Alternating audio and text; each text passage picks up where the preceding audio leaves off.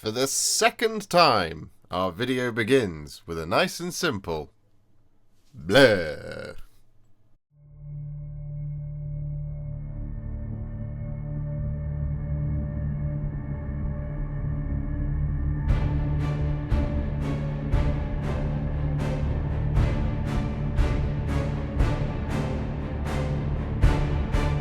Everybody, it's the Warhipster here, coming at you with another Sprue review. Yes, we are back with the Soulblight Gravelords, and it's a really exciting time to be undead.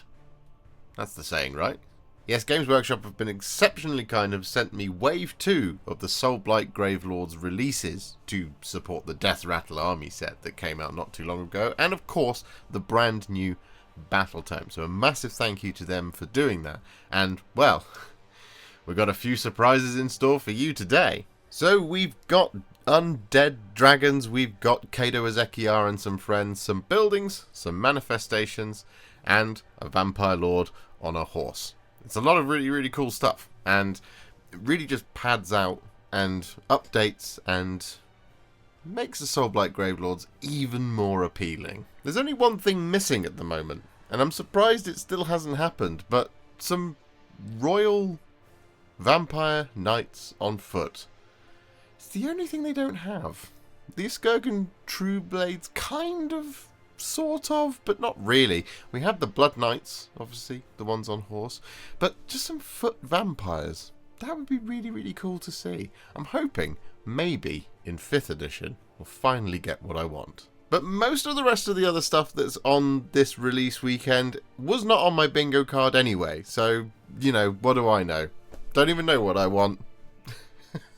And it's a good place to be. So for those of you who haven't checked out a Sprue review before, today we're going to be looking at each of the kits, checking out just what those Sprues look like, how good they are, how fun these are to build, how easy they are to put together, and if they are a nightmare, then of course I shall let you know, and that will maybe help inform your decisions, or let you know what you're in for if you've already pre-ordered the new kits. So yeah, I hope you enjoy this one and find it useful. But before we get into that, I do have to ask you, as an impassioned request to my audience, if you could please leave a like on the video, I would really appreciate that. Comment below and tell me if you're excited for the Soulblight Gravelords, or if indeed you already have a massive Soulblight Gravelords army and you are ready to go this weekend.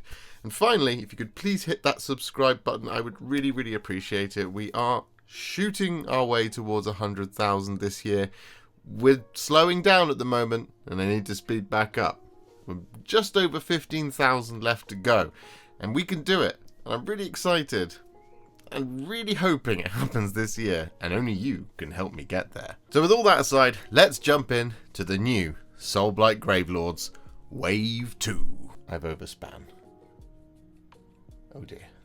Alright, we've got a lot to get through, so we're going to kick things off with the Vampire Lord on Nightmare Steed.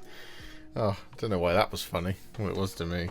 So, let's get this bad boy open, shall we? So, Vampire Lord on Nightmare Steed, here it is. On the back you can see we do have some variants. We've got, well, this version looking back, and this version looking forwards. It looks to me like there's a sword motif and an axe motif as well here, so let's now have a little look. Oh, it's a 2 Sprue. That's exciting. And there we go. And a round base. There we are. Alright. This is very exciting. I've wanted a vampire on horse, well, steed, for a while. And, well, here it is. So, let's get this instruction manual open. Right, so first things first, no variants on page 1. What we do have is skeletons crawling out of the ground, but we do have the build of the horse, and then we have our optional head, which is cool, 7 and 8 or 9 and 10, which is interesting. Those heads looked like that by the looks of things. I can't really tell a difference. Oh, it looks like armor. Armor appears to be the difference. Right, there's the variant. Bosh. Cool. So there you go. That's our first variant. Our next page, we have the variant here in terms of either, well, we've got 3 heads here. We have this head looking back. We have the 2 hairy heads, and then we have the sword or the axe. There we go, as our 2 options. And then that is it. There we go. Okay, so it's not too in-depth, not too strange. So let's have a little look at the sprue, shall we? That base, how big was it? Did anyone spot it? I sure didn't. 80mm round base. 80? Interesting. 80mm. I'm not sure if I've ever seen an 80mm round base before. I probably have in my lengthy career, but there we go. That's a, I don't know why I find that as a weird... 2017. Okay, yeah, it's been around a while. Anyway, as mentioned, we have our 2 sprues, 1 and 2. As you can see, there is an absolute ton of components, but as we know, there are variants in this box, so that means that you're not going to use all of these components. So we'll start with this sprue. Why not? There we go. Just going to check that for any warping. Doesn't look like it. Looked like it initially, but doesn't look like there is any warping. So, this sprue, well, first and foremost, the 2 things that I spotted are the sword and the axe. You would have spotted them too. And the reason we've spotted them is that they both escaped the dreaded fate of having a connection point on the cutting edge of the blade. So, fantastic. We love to see that. Absolutely wonderful. So 10 out of 10 here and here. We have one half of the horse's body, or steed's body, and the other half of the horse's body is over there. And this one's connected quite a lot around the model. 1, 2, 3, 4, 5, 6, 7, 8, 9 connection points in total. So that's going to be one you're going to want to be really careful and make sure you get all of the kind of excess stuff off with your knife or mold line remover. Just going to want to rotate it in this orientation just to make sure you got it all, especially the stuff on the underside and anything that's next to a seam with the other half of the horse, like this one here and this one here, or in fact these 2 on the underside as well. Reason being is you just don't want to have any left behind that might cause a gap problem or just make it harder to put the thing together, so just watch out for that. It's a really interesting piece though, how it curves like this. That's what was giving me that impression that it was warped, but it's not. It's just the way it is. So that's pretty cool. We have one of the skeletons that are crawling out of the ground, which I absolutely love as a vibe for the Soulblight Gravelords. And we have, here are the 2 skeletons, just here and here. The main attraction, as it were, is going to be the Vampire Lord itself. And we have one of the halves of the heads here and one of the halves of the other heads. And it's a little bit tricky that we have the 2 heads, well, both head options are down the middle like that. Now, often these days we do tend to have something that the one half includes the entirety of the nose, so actually the only split comes across around the eye, but these look to be dead center right down the middle. There doesn't seem to be any overlap there, so you're going to want to watch out for kind of a gap problem going on the steed's head. On both options it would seem, but we do only have 1, 2, 3 pieces here. I think the 4th one is probably over there. Yes, it is. So yeah, you're just going to want to watch out for that. But interestingly, the kind of the bare head without the armor, which is the difference between the 2, there's also a mane here as well, so that actually complicates matters because well, the mane looks cool. It's nice and raggedy, as it should be for a Nightmare Steed of the Soulblight Gravelords. We have a part of the saddle assembly here, which looks nice and interesting. We have a connection point here and here around the outside, so that's okay. And here on the underside of the boots, that's just a really cool piece. It's quite a large piece as well, but it's connected really nicely to the sprue, and that will just jam on there, and it'll match up with another one, I'm sure, which then gives us the entirety of the saddle and a kind of, you know, heraldry cloth and all that kind of stuff for the actual Vampire Lord's Nightmare Steed. I don't know where I'm going with that, but anyway, so that's a really cool and interesting piece, connected really well. This is actually a piece of armor. I've just realized that's cloth, so that's really cool. Nice. One thing I will point out actually here about one of the skeletons on the ground, this guy, he is going to be upright. It does go on this body by the looks of things, or maybe on the other one there is another body. Either way, he's upright, so the connection point being there on the side of the skull, just here, does mean that we do have to be a little bit careful smoothing it down with our knife or mold line remover, just because, you know, it'll be a very visible piece. So if you kind of gouge it or take too much off, you'll lose some of the roundness of the skull shape, and you don't want to lose that, of course you don't. So, you know, just watch out for that, just be careful. Okay, this is actually a really cool sprue. I like this a lot. Like, I'm very, very impressed. I like the body here as well, just connected nice and minimally here, here and here. None of it's too congested. We do have a kind of curved plate just up here, which we're going to want to watch out for. And of course on this part of the body here too, we do have a connection point there on the soft trousers by the looks of things. Yeah, that looks like trousers to me. So you want to watch out for that. But it does look to be at the back of the trouser leg, so ultimately if you're going to look at the model from the front, it shouldn't look too bad. It shouldn't be too obvious if you accidentally take too much off. Again, just be careful with your pressure with your knife or mold line remover. I think people at home should do a shot every time I say that. A shot of hobby. Anyway, next sprue is this one. I've got a bit of plastic hair there. It's interesting. Okay, so this is where we have the other half of the body here, and it's, well, as predicted, exactly the same. There is this curve going on. Now that is just kind of, I really like it. I think it looks really cool on the sprue, and you can see how it kind of crosses the plane in two ways, which means that mold lines shouldn't be awful. They might be in slightly weird places, like you might see one kind of like just on here rather than on along the edge of the neck. Same thing for the other half of the horse's body. However, the reason I'm just bear in mind a little bit of concern is because it is a curved piece, there might be a little bit of warping.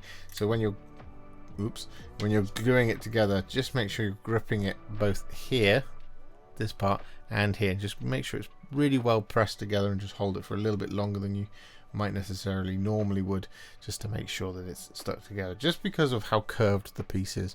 That's why I'm kind of stating that at this point. We do have that other half of the horse's kind of saddle and armor and heraldry cloth and all that kind of saddle cloth. It's not saddle cloth, it's something. Barding, maybe, I don't know. Connected very similarly, how we do have a couple of extra connection points here. We have 1, 2, 3, 4, 5 on this one, as opposed to the 1, 2, 3, 4 on the other. And these are connected mostly on armor. So this one, and this one, and this one. Well, that's on saddle, but it's still a hard detail. We do have one here on the cloth here, so just be careful with that one again. Just don't want to take too much off it. As always, you know the catchphrase. We have one of the heads here where we're connected on one of the long strands of hair here, and the same actually goes for the horse tail over here, connected on the strand of hair there. It's an easy one to miss by not actually taking off any residual plastic sprue flash gate thing, whatever it's called. Just be careful with it. Just make sure you get it. Again, just move these pieces like this in this orientation to make sure you get all of those bits off. This one's not so bad because it's on the underside of the hair, so it's not entirely noticeable, unlike this one where it's right on the top. So if you're looking down at the model, you'll see this, whereas if you're looking down at the model, you won't see that one. So just be careful, more careful around this one. But we are connected on the underside of the neck, as mentioned, where it's not going to matter, it's going to be hidden away. And the same thing goes for the bald head. It's connected on the neck, which is going to go into the torso, so it will be hidden away. So that's perfect. We didn't want to see a connection point, for example, right on the top of that bare head of the vampire. So that is awesome. There's that other half of the head that we talked about. So just, again, it's the same thing as we mentioned with the other head. The head comes in two halves, so you're just going to want to be careful with it. And the horse's body again is actually connected quite a few times. 1, 2, 3, 4, 5, 6, 7, 8, and 9, I think. I'm not sure if I counted that one twice. Either way, 8 or 9 connection points on the horse's body. So just watch out for that. Now, of course, we haven't seen much in the way of any tiny components. The only smallest one here is this little kind of bundle of knife and things which goes on the vampire's belt. You shouldn't miss it. It's right there, right in the middle. I like it when it's like that. It's right there. Rather than it kind of being in here, where it's easy to miss and you spend hours looking for it, it's just actually a really nice way to lay it out on the sprue. don't often talk about, but that is laid out quite nicely just there. And finally we have the cloak as well, connected very sparingly 1, 2 and 3 times. These 2 are in armor. This is 1 connection point on the actual flowing cloak itself. Cloak isn't coming in multiple different pieces by the looks of things, which is fantastic, which means we're just not going to have to worry about kind of lining up cloak pieces to make sure there isn't a gap, which is just outstanding, and I love to see that. So there you go. I really like this. So, will we enjoy building it? That is the question.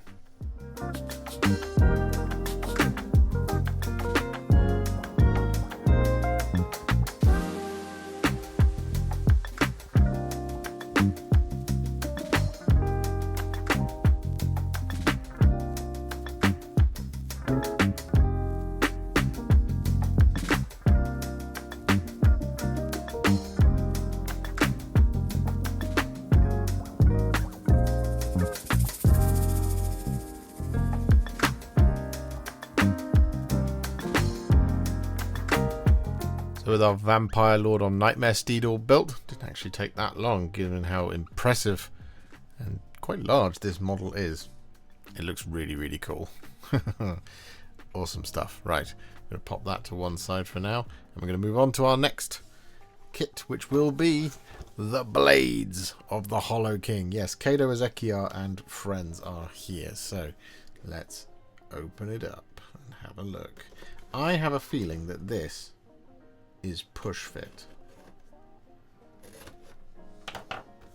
Maybe like the Black Talons, maybe. But we'll see. Just a second. I hope it is push fit. I like push fit models, as you guys know. Alright, here we go. Ooh, it is push fit. Hey, yes, that's what we like. Alright. Well, that's what I like. I know you guys don't necessarily all like it. I like it, though. There we go. So, let's have a little look-see. It should tell us, to be fair. No glue required. Yes, right there. Excellent. Okay, so Kato, Ezekiel, Aurelius, and Sisendra, all in one box. That's this Kato Ezekiel model. It's very cool. Is it as nice as the original Black Library Celebration one? I don't know. Only you can decide. But I really like it. I think it's fabulous. So there we go. There's nothing really to look at here in the instructions because it's a push fit model. And this should be reasonably quick to put together because it is a push fit model. So what it should be a case of is that we should have one model per sprue, and then another model per sprue, and then another model per sprue. And sometimes they've actually named them on the sprues. I can't see that they have here. Maybe I'm just blind. No, I think we're okay. So the Black Talons one, they had their names on the actual sprues, but as you can see, you get the 3 sprues per, well, 1 per model. So we'll just look at the kind of occasional things that we usually look for, and we'll point out a couple of things here in terms of you know, stuff that you should watch out for when you're building your push fit models, if you haven't built a push fit model before, but I'm sure that you have. So of course the bases here, lovely sculpted scenic bases, they are all kind of, well, they're attached to the sprues as per usual, kind of round the outside, and well, you just want to kind of make sure you're careful when you cut them off. It ultimately doesn't really matter because you're going to paint the base rim a solid color anyway, but it should be just connected probably up to 3 times, possibly 4, but very often it's just the 3 times. Things to watch out for though is to look for anything like swords and blades and things. We do have a connection point on the cutting edge of those. We don't appear to have that here. We do have things like Kato Ezekiel's head here is connected right on the side of the head there, which we don't necessarily really like to see, just because it just means that, you know, there's a possibility of gouging and taking too much off and end up in a very prominent position. You end up with connecting kind of, well, build marks basically, which you don't want, especially when you're painting with contrast paints. But ultimately what you're going to have is a lot of very, very interesting looking pieces. So for example, the swirly ghost behind Kado, we're going to have connection points here and here and here on the kind of the swirliness. So again, we want that to be nice and smooth. We don't actually have a sword that's out per se, it's being drawn there, so we don't have a connection point on the cutting edge, which is really good to see. I'm looking for the other part of this individual. I can't see it at the moment. I wonder if it does actually stray onto one of the other sprues. Maybe it does. Yes, it does. Here, this one. We don't have a connection point on that cutting edge of that blade, or that blade, or that blade, and there isn't one over here on the Snake Boy. So there we go. That's cool. Anyway, as you can see, you're going to have kind of a bit of an adventure really with these. What you want to watch out for is you don't want to accidentally clip off any plugs if you don't want to cut the plugs off. Some people will cut the pegs and plugs off, so like this one here, and use glue instead. Perfectly valid, perfectly good way of doing it. I generally don't tend to unless it's really, really tough, in which case I will snip it, kind of just dry fitting it and seeing how it goes. Similarly, if it's really, really loose, that's also a good reason to cut the plug off and actually glue things in. But otherwise, sometimes you probably really don't need to. You just want a really good thumb and index finger pressing strength, basically. But there's the sprue. I mean, there's not going to be, we've already seen there's no options here. We just want to watch out for things like the hair here. We've got a connection point right there in that kind of, well, that strand of hair there. This one will be all the way around this kind of, well, this is part of the coat and stuff, which is okay. We've got a bit of wood here, which is part of a tree, which is okay, connected around the outside. It doesn't matter too much if we gouge it. We have connection point on the soft leather boots here and on the actual outward facing part of the cloth of the tabard just there. This one we're connected on armor, on that arm, but it's concaved armor, so you just want to kind of move with the curvature of the piece. The chest piece here we're connected on twice, once on the top side, once on the underside, on nice hard smooth details, which is fantastic. And we have the other hand of the spectral individual following Kado around. Again, just really want to be smoother on that because it's ghostly, you see. That's the reason why. So there you go, sprue number 1. And then sprue number 2 and 3, here we go. It'll be much the same kind of deal. We got stuff like the snake body here connected on the scales around the outside here. See over here as well. Here, here, here, and here. They're pretty nicely laid out. It's not kind of congested in and around some like spikes and stuff, like for example right in here. But again, we do have a peg there, so don't accidentally click that off if you don't want to. And we have the other part of the snake body here as well. Again, just not congested in terms of its placement. We do have a connection point right there on the soft underbelly of the snake, so you're going to want to watch out for that part just there, because again, you don't want to accidentally kind of get rid of any detail. Base here, we're connected 3 times around the outside and 3 times around the outside over here as well. The legs and bodies are much the same as Kado. We've got connection points on the leather underside of the foot on a peg. Again, don't accidentally cut the peg off if you don't want to. We have a connection point here on the glass of that phylactery there, so you just want to be extra careful with that. Make sure you get that nice and smooth and don't accidentally take the apex of the glass off. And then we have connection point in the cloak there. Same again over here on the cloak, on the arm, on the top side, which should be covered up, which should be fine. We've got quite a spindly staff detail here on this individual. You want to clip that part first. Clip just there. Don't try and do the rest of it first, because if you don't do that bit first, you might put some stress on it and it might snap around about here or up there, which we don't obviously want to happen. Then we don't really have any kind of tiny little pieces. We've kind of already covered legs and stuff connected on the underside of the boot here and on some leather. Cloak connected around the outside, and thankfully it's not outward facing there. It is here, but it's on the kind of outside edge, so it's not too difficult to get to. Not like, for example, if it was connected just there from here down to there. So that's okay. The blades escape the dreaded fate. We have no congestion really over here either in terms of connection points, so it's looking pretty good. The future's pretty bright for the Kado Ezekiel and the blades of the Hollow King. It's very quick, always with a sprue that is push fit, because it's not really a whole lot to talk about other than kind of potential danger, like for example over here.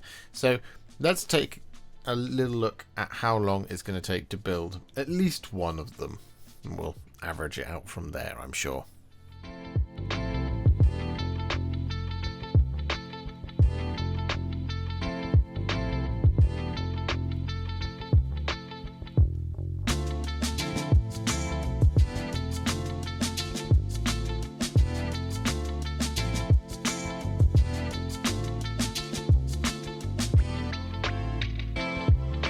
So with these 3 built, we can pop them to one side. And they were quite fun as a push fit kit. Didn't have to use any glue, didn't have to clip any pegs or anything, so that's good. But we're going to roll on to our next kit, which will be the manifestations. There they are. So let's, well, I don't anticipate there being much in the way of variation here. So this would just be another nice and simple little look-see. Should be. You never know, though. Alright, let's have a look, shall we? And, oh, there we go. There's more in there. The actual instructions, we need those. Excellent. Okay, so we've got 1 base, 2 bases. Exactly what we needed. There we go. 1 sprue and 2 sprues. This is the...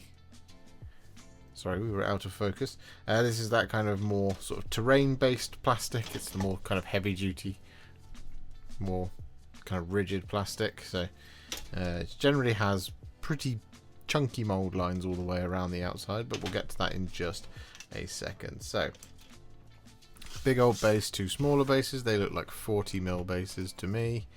Yeah, maybe. Not sure about the oval. We'll find out now. So let's have a quick look in here, shall we? Okay, so first up we have the Hand of Nagash, which is the big hand coming out of all the blood smoke. We have the Sanguine Swarm is the last one, and the second one is the Unholy Reliquary. There we go. And as you can see, there's no variation or anything going on here, and there's no kind of optional extras. So, you know, because we've covered the Auric manifestations, and they could be used for either the Cruel Boys or for the Ard Boys. So they had a couple of little extra bits. But these ones, they are just the Soulblight Gravelords ones.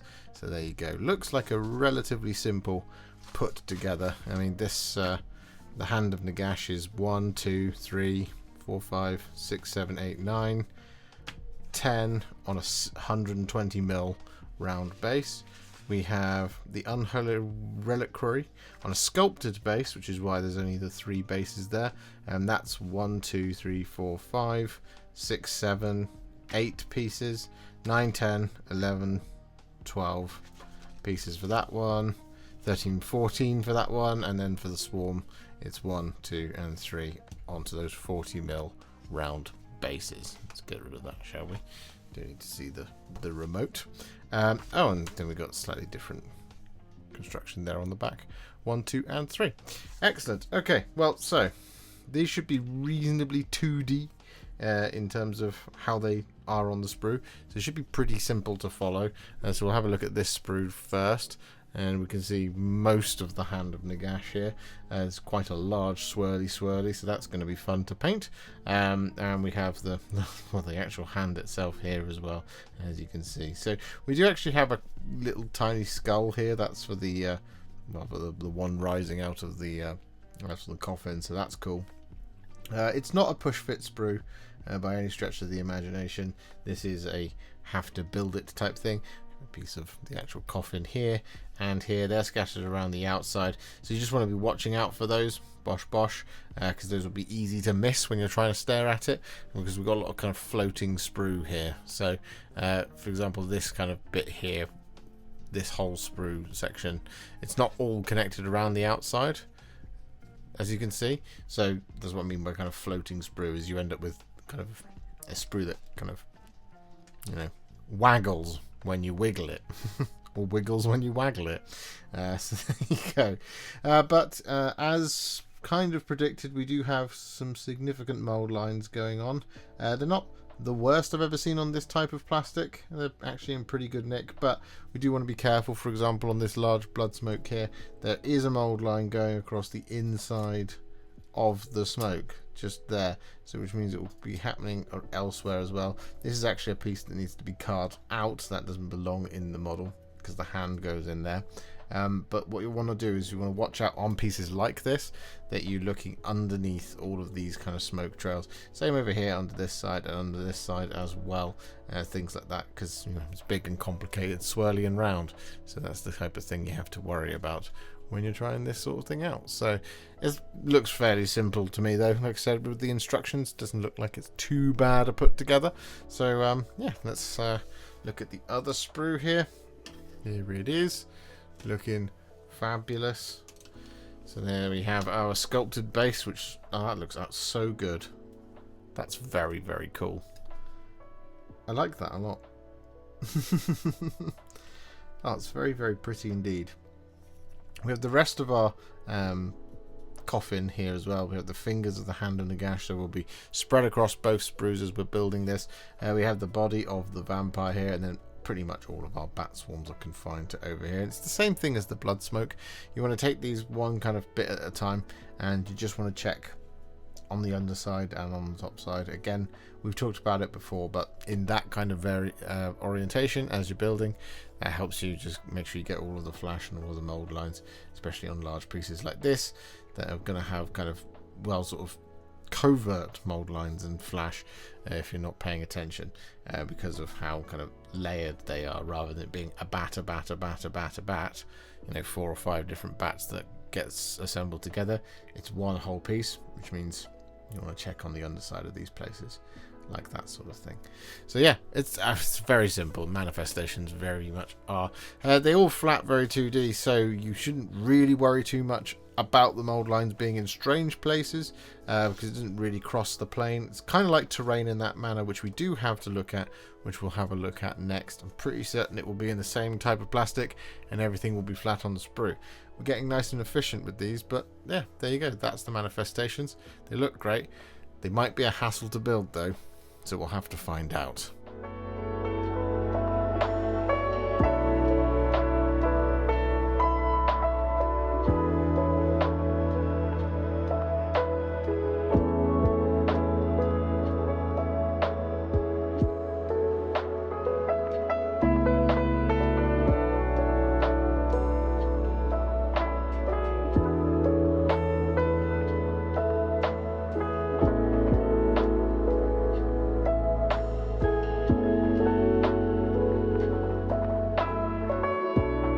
So with our spells now all built, looking great. This is massive, by the way.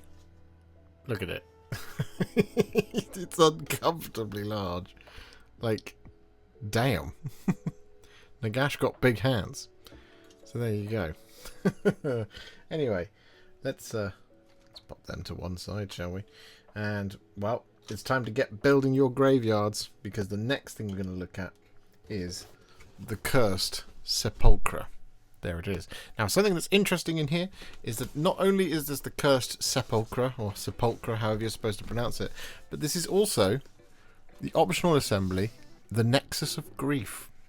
So this is going to be for you Nighthaunt fans as well. So if you want to get ahead of the curve, you can probably buy this as well. You just see, look, that's the Nighthaunt logo just there. Soulblight Gravelords for the Cursed Sepulchre. The optional assembly is the Nexus of Grief. And I've looked at the picture on the back here and I can't really tell a difference other than some like there's things like the flowers here, and there isn't any flowers on this. This is kind of, these are more vine-like in that respect, but there we go. So let's get this one open and we shall have a little look. So naturally this is Terrain Town again. We have 1 sprue and 2 sprues, and they look to be identical sprues. There you go. Exactly the same sprue twice. So that means we only have to review one, and we get our instruction manual as well. So let's have a look, shall we, at the instruction manual. Here we go. So what is the fundamental difference between the two? Well, we have a blue and a purple track. You can see there's some slight differences. So maybe there is differences actually on the sprue in terms of the walls and stuff. I'm not seeing it. It might be that they're reversed in some way, shape or form or something like that. I'm not entirely sure. But then we shall find out very shortly. So we start off by building all of the bases. There we go, 1, 2 and 3. And then we build our either Cursed Sepulchre or Nexus of Grief. 1, 2, 3, 1, 2, 3. So the blue track here, we can see, this all makes sense. We've got some optional here, 20 and 19. We've got some, again, some optional stuff here. You can choose to put on some flame or not put on some flame by the looks of things. It recommends to paint this first before you put it in. I'm not sure if it will be visible to the outside. We shall find out, of course. And then we move on to this part, and we see again another one of the coffins. Again, it might be that you're able to just not put them in. That would make some sense to me as well. We have number 3 over here, and there we go. And again, optional extras and stuff that can go on to your buildings. So that's pretty cool. The Nexus of Grief here, on the other hand, it looks to be much the same. It's just, I can't really tell a difference. Maybe it is on the reverse of walls and stuff. It's interesting. It looks to be pretty much the same thing. But okay. Alright. Let's have a look at the sprue, shall we? Okay, so here is a sprue. And the thing I'm going to be interested in is whether or not we've got flowers on the outside and vines on the inside, and that's how we get that kind of slight difference in appearance. So we've got vines here, but if I flip it over, there's flowers. Right, yeah, okay, so that's how we're going to be doing it. I see, I get it. Alright, so bit of a flip situation. Doesn't mean that on the inside you'll have the flowers or on the outside you'll have the flowers. I don't think it really matters at the end of the day. They are graves, so kind of do what you like here, I would suggest, is probably the attitude to have. We're seeing just the one coffin. So is it the same sprue? Yes, it is. And I'm not seeing a reverse either. So, okay, I think this is going to be an interesting journey. Either way, this is a terrain sprue. And you can see, I mean, it's packed with detail. It looks fantastic. I adore it. It's lovely to look at. And we do have 2 of them, so presumably from 2 we'll be able to build 3 whole ones. It would be strange if it was you only got one, and well, you only got 1 per sprue. Doesn't look like it, as you can see. So realistically, there's probably a little bit more customization that is possible here from this particular sprue, which is quite cool. It's terrain, which means we're going to have some dirty mold lines all over the side, and we do. You can see big thick ones going around the outside there, but it's all going to be around the outside of all of these pieces because it sits nice and flat on a 2D plane. So in many regards that's actually quite nice. It just means that you know where to do the thinning down, scraping down, you know where to do the clean up. So you just have to, again, as always, move it in that orientation rather than this orientation in order to see all of those mold lines. There doesn't look to be anything too fiddly or tiny here, apart from maybe a couple of little tree branches, which will be the kind of the thing where it's really obvious if there's mold lines. So ultimately, sometimes it doesn't really matter on things like the walls and stuff. But you may want to watch out around things like the trees here, and stuff like that. I think there's probably more. Yeah, there definitely is on the other sprue, right? There's another little one there. That's just probably the smallest part just there. So, well, I mean, there you go. That's the Cursed Sepulchre. So, well, it's probably time to just jump in and see how it goes, eh? Let's see how long it takes to build the 3 buildings for the Cursed Sepulchres.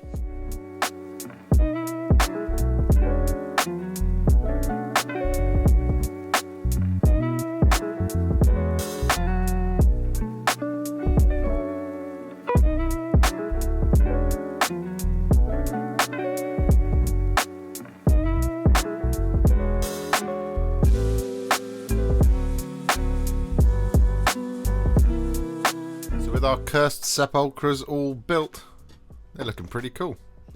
I like these a lot. Very simple in many ways, but they look great. and there's enough variation there. You'll be able to just kind of create all different kinds of stuff. So actually getting a number of these just for terrain rather than, you know, faction terrain, it's not a bad shout, to be fair. Anyway, we're going to pop these to one side because we've got a big one to do. Naturally, we are, of course, talking about the main event. We are talking about Prince Vhordrai, Lord of the Crimson Keep. Yes. So, this model right here is the one that will build the new Revenant Draconith, which is that individual right there, which is very exciting. It also builds Prince Vhordrai, the Lord of the Crimson Keep. So it's a two-part kit. There's an optional assembly here. So let's crack it open and have a look at it, shall we? And cut, open, and pull. So we have a tray. We'd like a tray. Get rid of the box. There we go. Okay, so we get ourselves one instruction manual, as you would hope. And we get one and two sprues, and what looks to be an enormous round base. Holy crap. That's so big. Okay. What do we reckon? 130? 130 mil?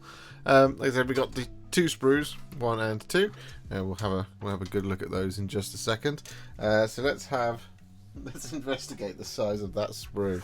That sprue? That base. Good lord. It's so large. Right. Prince Vhordrai. It is a 160mm oval, no, round base. It's so big. Okay, so we have Prince Vhordrai here, and we have the Revenant Draconith. We have two variant builds. And essentially, let's just see what the kind of pathway is. I suspect we build the whole thing, and then there's a change at the head, basically.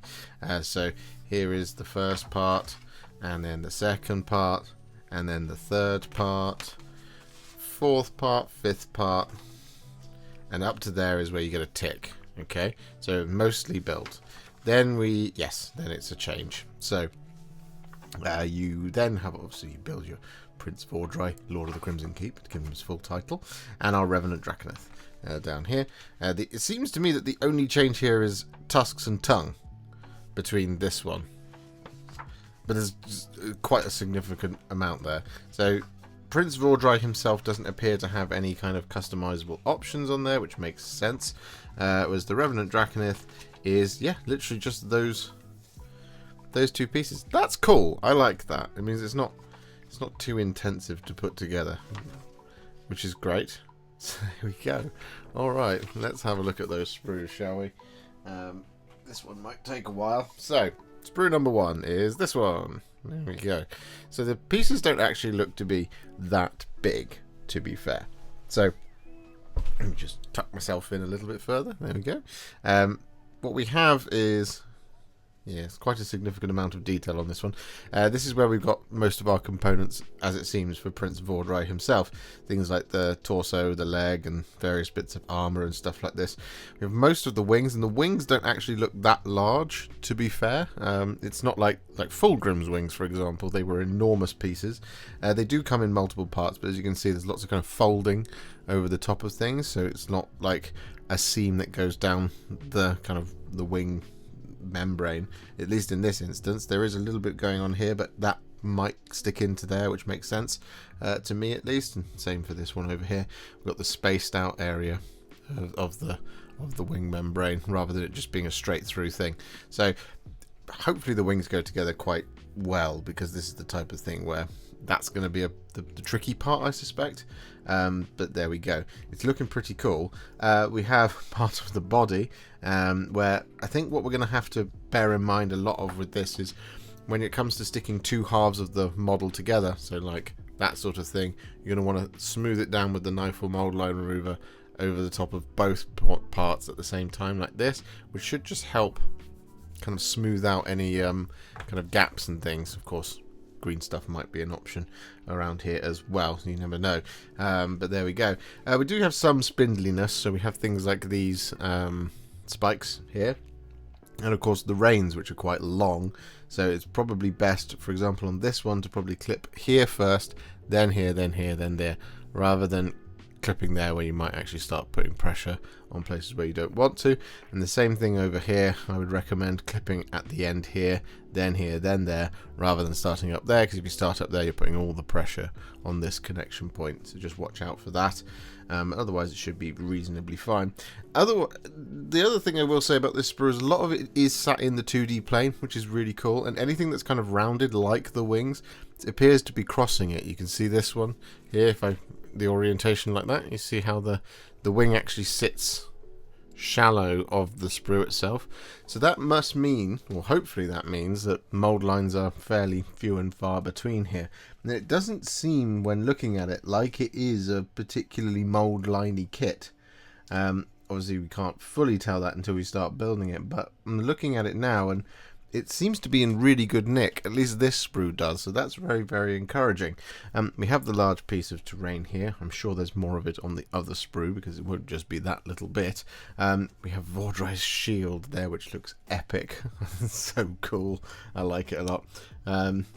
This is looking great. Oh, we have more reins and things over here. Again, just always be careful around these bits. Just clip on the rein first and then off there. You don't want to snap it or put undue pressure on a place where you don't want to put the pressure.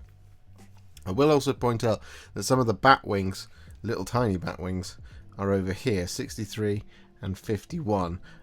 Just be careful and be mindful that they are here on this sprue at the ends, because otherwise there'll be pieces that you'll lose. Again, it's nice when they're not like in the middle of the sprue where you do lose them, you can't find them for ages. Having them at the end of the sprue is really cool, so it's looking good. We do have Vhordrai's head here as well. Just there, and it's connected at the neck on the side in the torso, where it's going to drop down into the rest of his body, one would assume.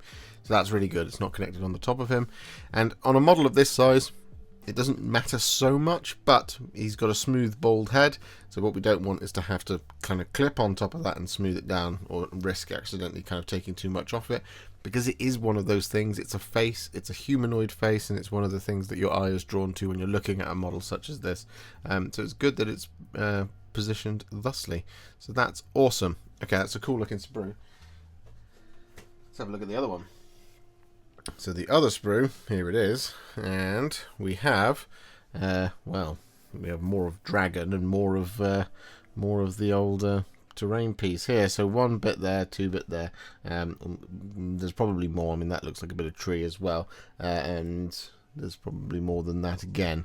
But either way, it looks pretty good in good nick. This sprue's quality seems to be about the same as the other one. It doesn't appear to be too mold liney, which is fantastic. Again, there will always be a bit of cleanup, but it doesn't look like it's going to be intensive, unlike the last big one which we built, which was of course Fulgrim, which had quite a fair bit of cleanup, to be fair to that kit. Well, unfair, depending on your outlook on life, I suppose. The lance down here is incredible. It's just a very, very pretty lance, and it does not have a connection point on the cutting edge of the lance tip, which is absolutely fantastic.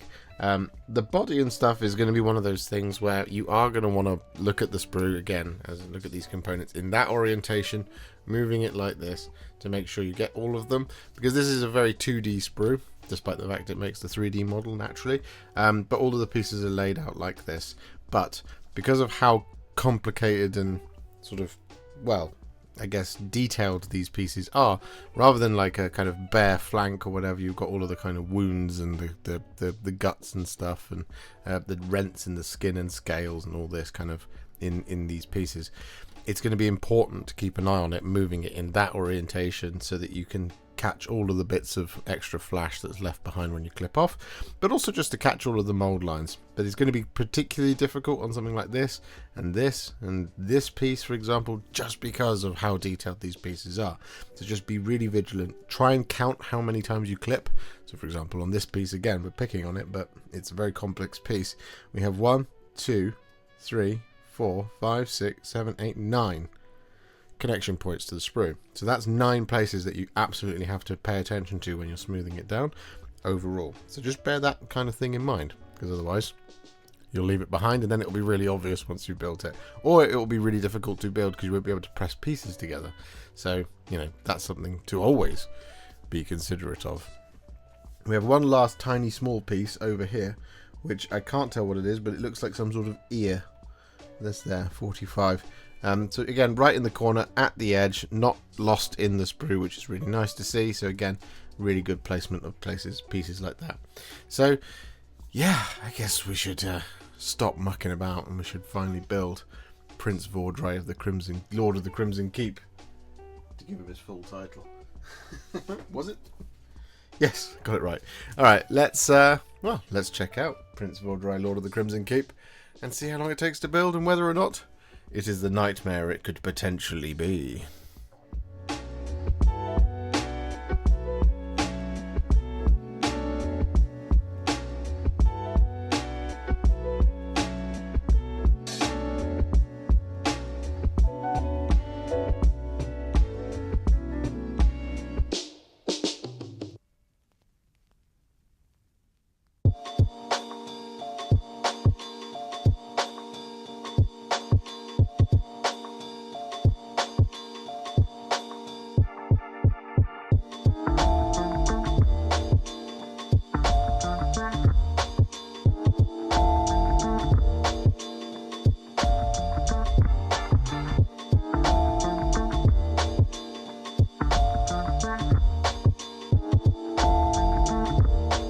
Yes, there you have it. All of the kits all done, and a little surprise for you. Did we manage to paint it all? Indeed we did. And there's one more. Yes, first up we have the Vampire Lord on Nightmare Steed, all painted up in a classic box art. There is certain nods here to the Soulblight Gravelords Death Rattle Army set here, particularly with things like the armor and stuff. Really, really pleased with how this one's come out. I think it looks great. Next up, we have the Blades of the Hollow King, which were a real surprise to be a new kind of set of models for the Soulblight Gravelords, but a second Kado Ezekiel was just surprising. But I think it looks absolutely fantastic, and the set's really cool. There's a really nice little challenge, and they're a fantastic set of miniatures. Next up, we have the Manifestations. Here we are, the Hand of Nagash, the Sanguine Swarm, and the Reliquary of something or other. I can't remember what it's called, but yeah, we got them all done as well, so fully supported on that front too. And it wouldn't be a Manifestations video without the Cursed Sepulchres as well. So we've done them as Cursed Sepulchres for the Soulblight Gravelords. We might get a second set and do a Nexus of Grief for the Nighthaunt as well. But yeah, I mean, they just come out really well, and I think they look fantastic. And then we come to the main event, of course, Prince Vhordrai, the Lord of the Crimson Keep, a top Chaudemer, I think is how you pronounce it, and it's just a stunning, stunning model, and I have had so much fun painting this one up, and he looks amazing. But that's not all, because Games Workshop did send me a second Revenant Draconith after begging and pleading for a second to do both variants, and we have the Revenant Draconith as well. So a completely different colour scheme, but nonetheless a superb looking one, and I can't wait to show you these videos. Yeah, I was so hyped for Soulblight Gravelords that as soon as I got the email, I begged, nay, I pleaded with Games Workshop. Please, could you send me two of them? I want to do both the Revenant Draconith and Prince Vhordrai, because I can't decide which one's my favourite. They're fundamentally the same model, but I can't decide which one I want to do. So I want to do both, and I want to make two videos for all of you out there on how to paint them both, because they're two very different schemes, and, well, we've done that. So painting videos are on the way for all of everything you've just seen, and hopefully some more stuff if I get a minute to catch my breath. So overall, the meat and potatoes of the video, what do we actually think of these sprues? Well, generally, really, really very, very good. I think the kind of continuation from what the Death Rattle stuff was is still prominent here within these things. Words. They're not my strong suit. I was extremely pleased with the Death Rattle Army set. In fact, I think the Barrow Guard, I think I said this at the time, and if I haven't, I've definitely said it afterwards, but the Barrow Guard were amongst the best Warhammer kits I've ever encountered, just in terms of putting them together. Absolutely fantastic, 10 out of 10. no notes on them whatsoever. And whilst we're not going to get to a 10 out of 10 with these, because we've got much bigger, more complicated, more complex kits, which offer a different challenge in and of themselves from the sort of 6 pieces it takes to put together a Barrow Guard, we do still have kind of elements of that ease of use coming through here. And one of the things that they didn't send me, but has been talked about in the news, for lack of a better word, is that the old Death Rattle Skeletons kit has been retooled and repurposed to make it easier to put together anyway. So that's a really good, strong thing for the Soulblight Gravelords. And, you know, it's a pity that some of us had 20 Death Rattle Skeletons that we put together in the old style, and lots of us did much, much more than that. Anyway, I digress. So for these kits themselves, there's definitely that kind of thing is still present. But I want to talk about some of the really positives first. And, well, there's not really any kind of strong negatives here, but one of my favourite things here is the Cursed Sepulchres. And I think just based on the fact that it is one of the most kind of modular kits I've seen in a long time, almost approaching the same levels as the MESBG terrain, which we've waxed lyrical about before, the Cursed Sepulchres kind of are the same thing. See, the 3 structures that go on top of the 3 bases, all being completely separate entities, none of it's built in, you can chop and change those as you like. So if you bought 3 sets of that, you would have 9 different buildings anyway, straight away.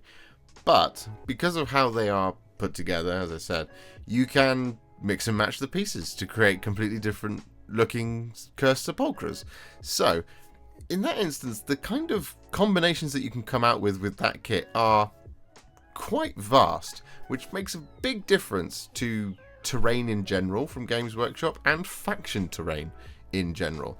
And not only that, it does also double up with the Nexus of Grief for the Nighthaunt anyway, as we've already discussed in the video. So if you want to get 2 and have one that looks very distinctly different for your Soulblight Gravelords and one that looks very distinctly different for your Nighthaunt, not that we know what the rest of the Nighthaunt range is going to look like just yet, or indeed however much they're getting. They might not get very much, they might get a lot. It's just impossible to predict here in Age of Sigmar. However, Nighthaunt have got their release early as well, without even realising it, so that's a pretty cool thing. Overall, they are still putting together terrain, so it's not exactly the most fascinating and exciting thing to do. You know where all the mould lines are. It's all around the outside of all of the pieces, and they are chunky, and it takes a while to put them together, but that's just kind of the nature of terrain. You don't have to put that much effort into it, because it is just terrain. But if you put a lot of effort into it, it takes quite a while to, you know, clean them up. Which is a criticism of it, but it's also kind of an expected thing, so it's just one of those kind of generally terrain on the whole could be a bit better when it comes to that kind of thing, and so it kind of loses marks, but it's not like you're not expecting it if you've built a bunch of terrain anyway from Games Workshop because of the nature of the plastic, as it were. So they're just a really good kit, and they're really cool.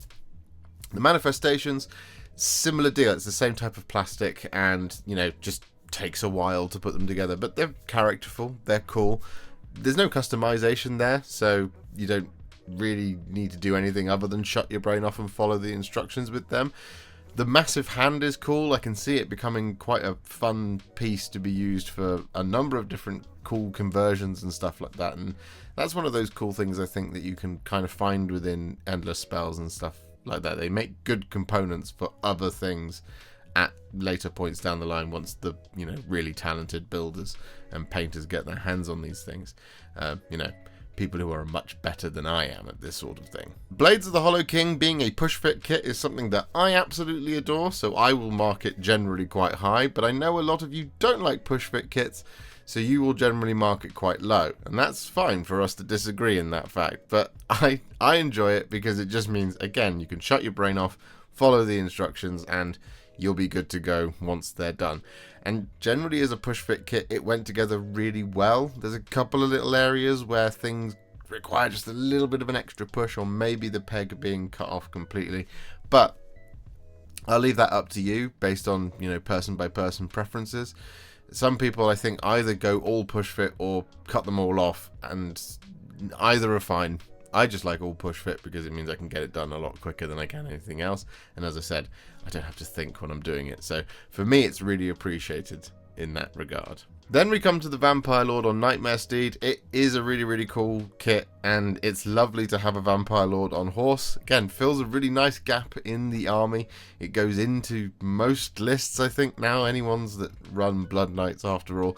And it is a counterpart to the Vampire Lord on foot, which is also a really cool model. So they're just nice. I think they kind of fit together. They're excellent models, and the kit itself, generally just quite nice to put together. Again, couple of little bits here and there, so it does lose some marks. For example, the base being the way it is, it doesn't quite line up without a lot of kind of steady holding for a while. It just takes a little bit of extra time. But the mold lines were in really good condition on that one, and I like the different choices that are available. The head could have been a little bit clearer in terms of it's a main or head armor, and that's kind of the only real difference here. Obviously went without the head armor in my one, but yeah, it's nicely customizable, but it could maybe do with a little bit more. But does it ultimately need it? I don't know. I don't think so. I mean, I think it's pointed quite high, so you're probably not going to have more than 2 if you're going to have any at all. I only need 1 for my proposed list, so I'm good. I'm sorted on this front. And then, of course, we come to the big guy himself, the Revenant Draconith / Prince Vhordrai. Now, it is a really, really, really superb kit. It goes together very nicely. Both of mine were in really good condition. I was kind of sort of half expecting maybe one to be a little bit mold liney and the other one to be not, but they both came out really, really well. And the cleanup aspect of it was very, very quick. The actual building part of it takes a little bit longer because some of it's a little fiddly, some of it's a little tricky, and it overall is a really nice experience, but it takes a long time, especially with Vhordrai, who took just over 2 hours to put together because of Vhordrai himself being on there. He is separate, so that's great for you kind of, what are you called? What are you people? Who are you? Sub-assemblies. Sub-assemblers. Those are the people out there that I'm addressing right now. Vhordrai is completely separate, so he's not built in, and the saddle's not built in, and this, that, and the other, because you do have one that basically has absolutely nothing attached to it and one with a rider. So if you do want to do it in 2 sub-assemblies, you absolutely can. And same thing for the rest of the body. You could probably sub-assemble quite a lot of it. I don't think it needs it. You can get your brush in all of the corners. It's little bit bendy brushes that you need to kind of really figure out the route in for stuff like around the pillar.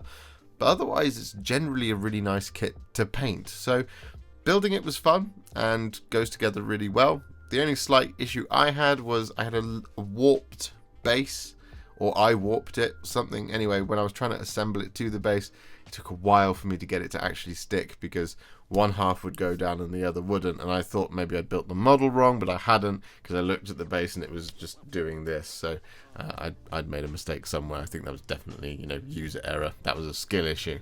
But generally, like, as a rule, that kit goes together quite nicely.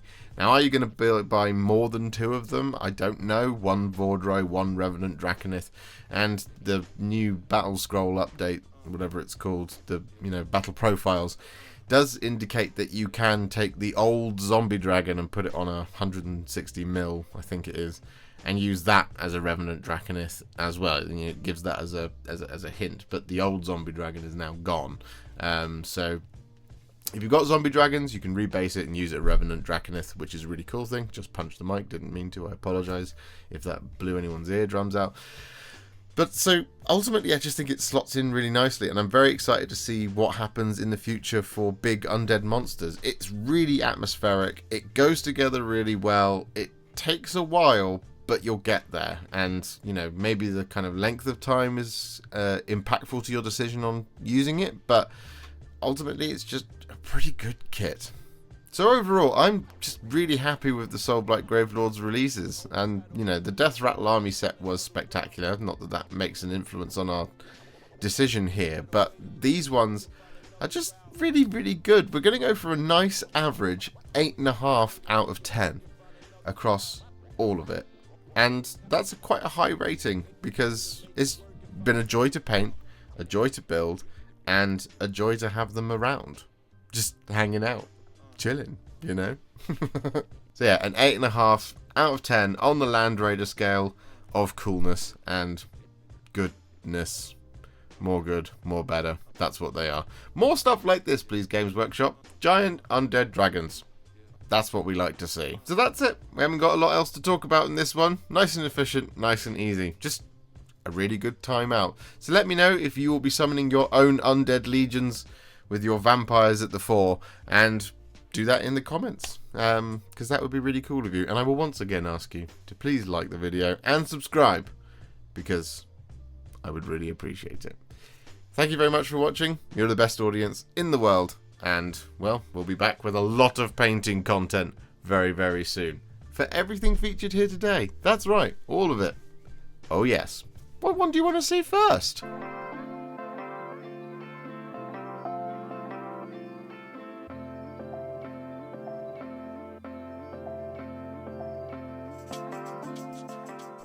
If you enjoyed this video, you love the channel, and you'd like to support me further, you absolutely can do so by heading to patreon.com/Warhipster, just like all of these wonderful, amazing people have done.